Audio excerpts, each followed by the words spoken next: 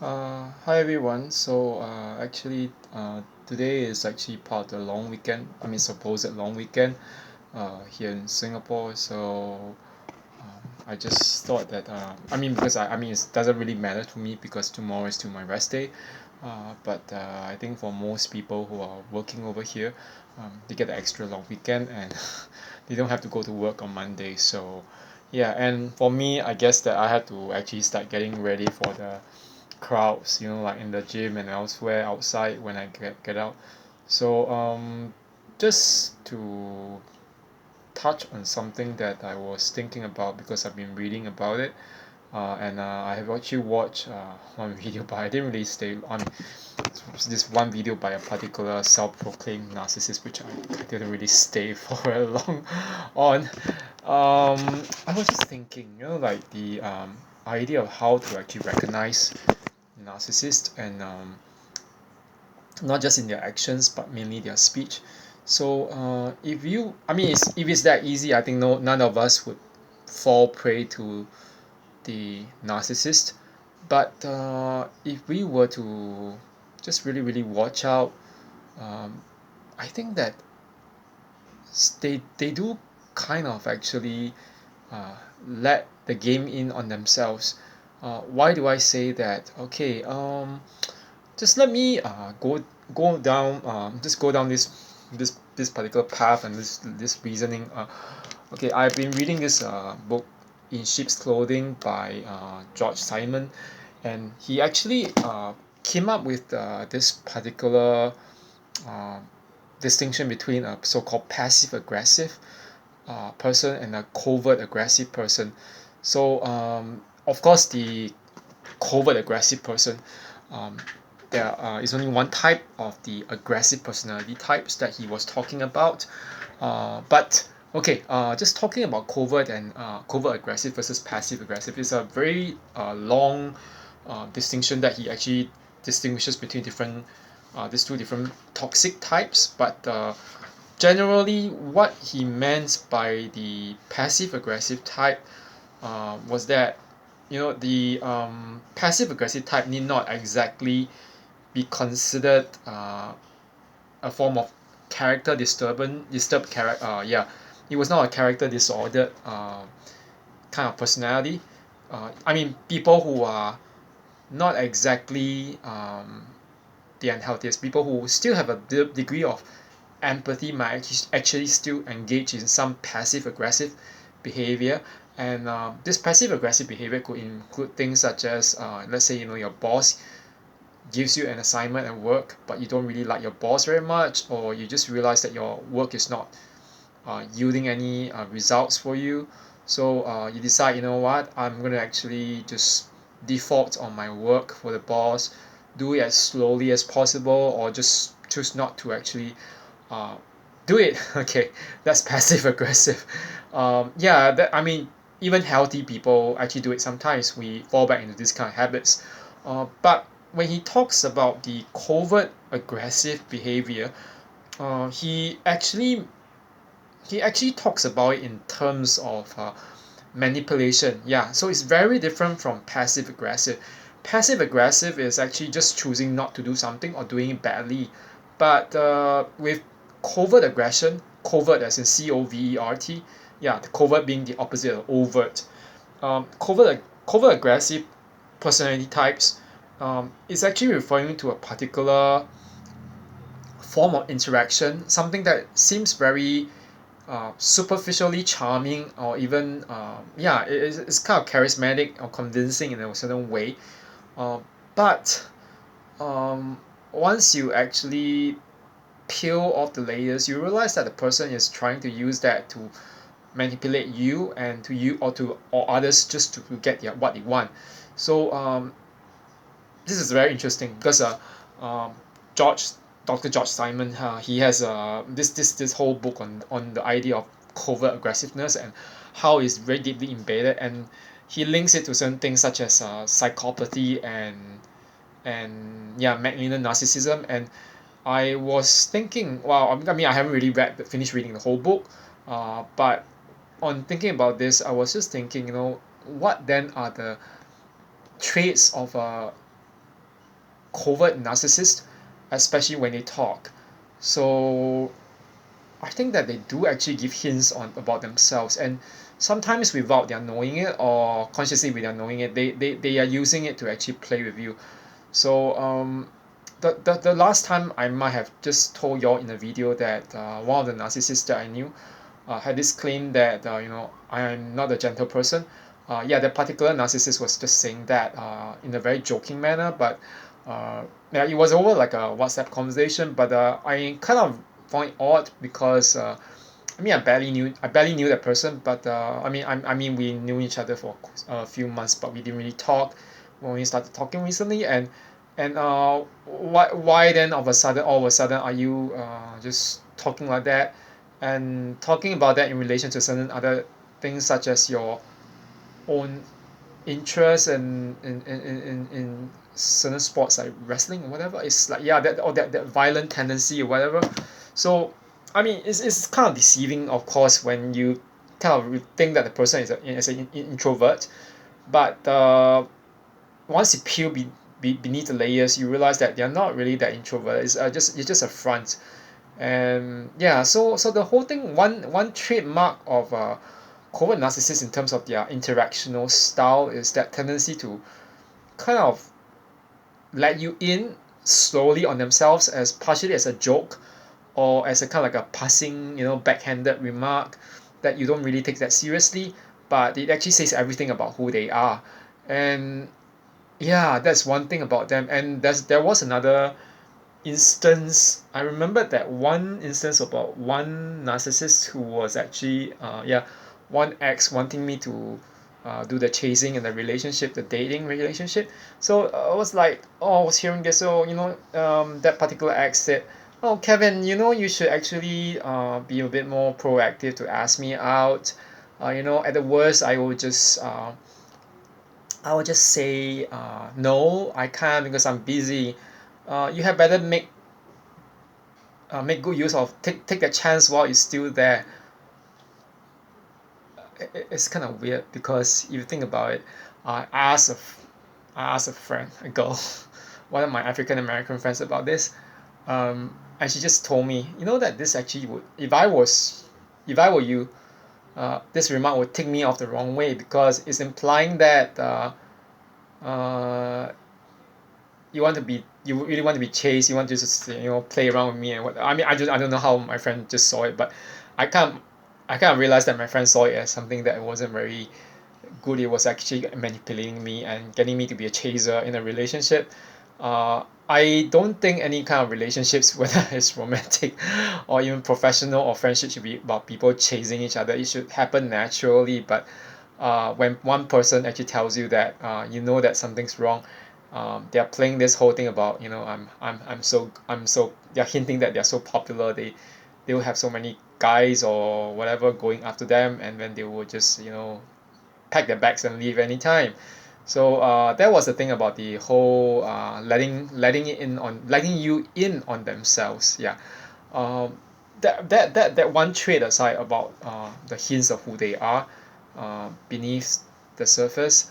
I think the other thing that I kind of noticed about covert narcissists, or just generally narcissists in general, and other than is other than that the inconsistency was the this particular how should I say, it's a very strange tendency to talk down about themselves.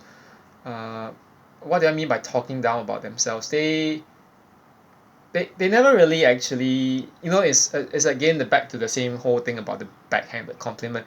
They can say something about themselves, saying that I might not be good enough in this, I think that I can be better.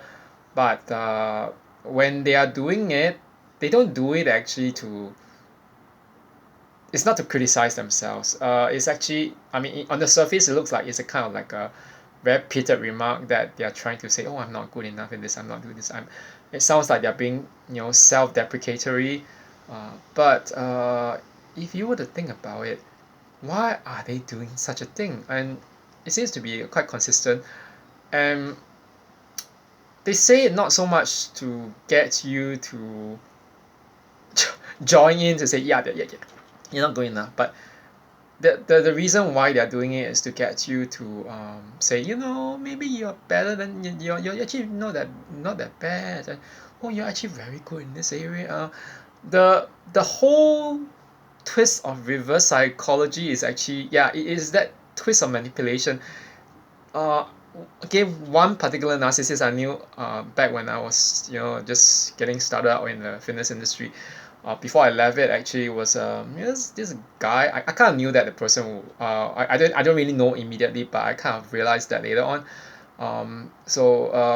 He had this whole thing about oh, I don't think that uh, my body is good enough, blah blah blah blah. I mean, please, everyone's looking at your body and whatever. I mean, people couldn't be bothered by your face. So, I mean, yeah, I mean, it's just another way of getting supply. You get supply by downplaying yourself so that people will actually say the good things about you. Um, yeah, this is really covert narcissistic manipulation of those who actually believe in their facade. And of course, it doesn't just apply to their appearances. They do that with things like their personal emotional lives. Talking about how they have this partner who wasn't good in this or that. And I mean, there's a pity ploy, of course. That pity ploy plays in saying, oh, you know what, you don't, maybe your partner wasn't good to you, but I'll be good to you, or whatever, or I'll be a friend. And then that kind of thing always plays out with covert narcissists. They use that sob story. So yeah, I can't actually remember what now, most of what my ex, the last ex, was a narcissist, a magnetic narcissist. And probably a covert one, if not a somatic one. But and then the former boss was also probably very narcissistic in the way she was dealing with employees and everyone, playing, triangulating all of us. And there are some narcissistic friends, whatever. But but the whole thing about downplaying yourself so that you get praise is it's a really backhanded method. It's so sneaky. Okay, and then okay, the third one, which I kind of noticed as well, was that I don't really have a lot to say about this because I'm still trying to collect my thoughts while speaking. I think that the word salad technique is actually something that you might probably realize about narcissists, especially for covert narcissists. What do I mean by the narcissistic word salad? Okay, the last time you all might have heard about the news concerning Jada Pinkett Smith and Will Smith's open relationship in as Hollywood stars. And Jada Pinkett Smith was actually trying to skirt around the issue of her affair with August Alsina. Yeah, that was the best friend of her, I think her son or stepson, yeah. And it was kind of funny at the same time while she was talking on that the red table talk, when she was calling the affair, the extramarital affair, an entanglement. But other than the rephrasing itself, which is kind of odd, she was like skirting in certain circles around the issue, using different terms to indicate the affair, saying that she never felt so good before, and blah blah blah. And I mean, we know that it was at the expense of August Alsina because he was suffering from some health issues, and but she used him, yeah. And I'm not like purporting to do any clinical diagnosis of whether she's a narcissist or not, uh, but what she was doing was exactly a word salad. The word salad is when you actually string together certain words and or jump from topic to topic which don't really make much sense. She sort of like did that by just calling the affair an entanglement. No one calls it an entanglement when it's an affair. Unless you have some agenda or whatever, or trying to hide something or downplay the effect of it. So I kind of remember that when I was actually being discarded by the last narcissist in my life. It was a very typical thing with the word salad. I can't. I mean, it's 45 minutes from what I recall from that session or that talk or the negotiation, but it was really weird. It's like from jumping from that first topic, what should I say, let's just be friends, and then it started jumping from topic to topic which were not really exactly related, and then yeah, there's some really weird topics that popped up and was so weird, such as it's your fault you never listen. What has that to do with anything? Because I don't I it's not true that I wasn't listening in the relationship, but there was another case of me, the claim that I will end up becoming a sexual assailant.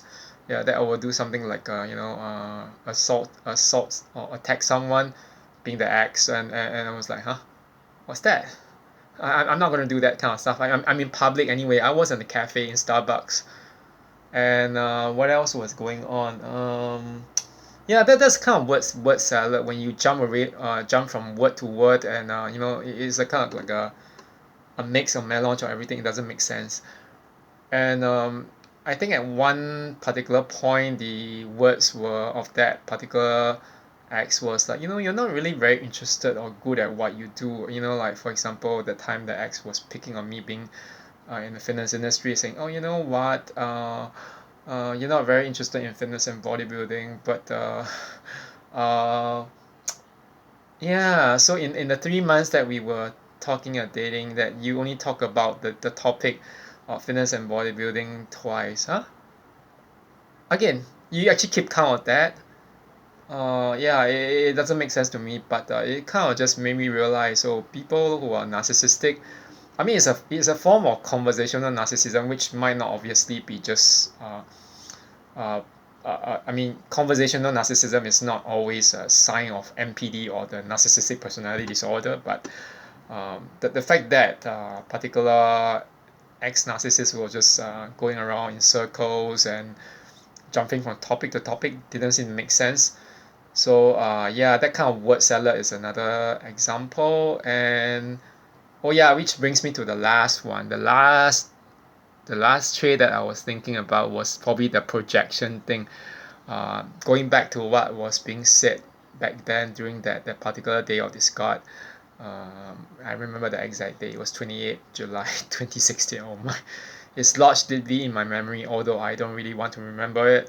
Now, I mean, in retrospect, I can actually look back and sometimes laugh over the ridiculousness. But yeah, I know some people would just think it's triggering.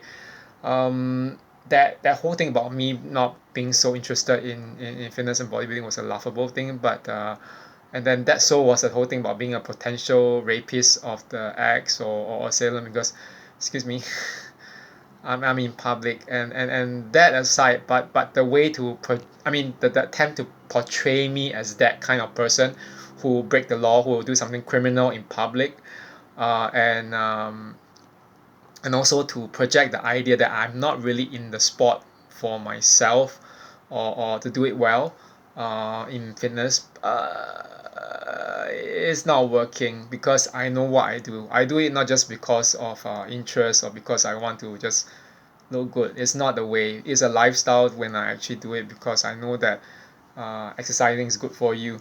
And yeah, so the thing is that all these narcissists do all these kind of things, and not just overt narcissists, but especially the covert narcissists, they do all this kind of manipulation. So yeah, I hope that this helps everyone. I'll make some other videos about yeah, about the narcissists, and how to actually start looking out for the signs and the red flags. So these are actually the 4 red flags basically. So the red flags being the yeah, being the unusual speech patterns of the narcissist, including the self-deprecatory habits, the inconsistency of their words, and of course the projection bullying, and also narcissistic word salad, which I have not really arranged in order. Okay, so that's it for tonight. Okay, have a good weekend, or whatever is left of it. Okay, bye bye.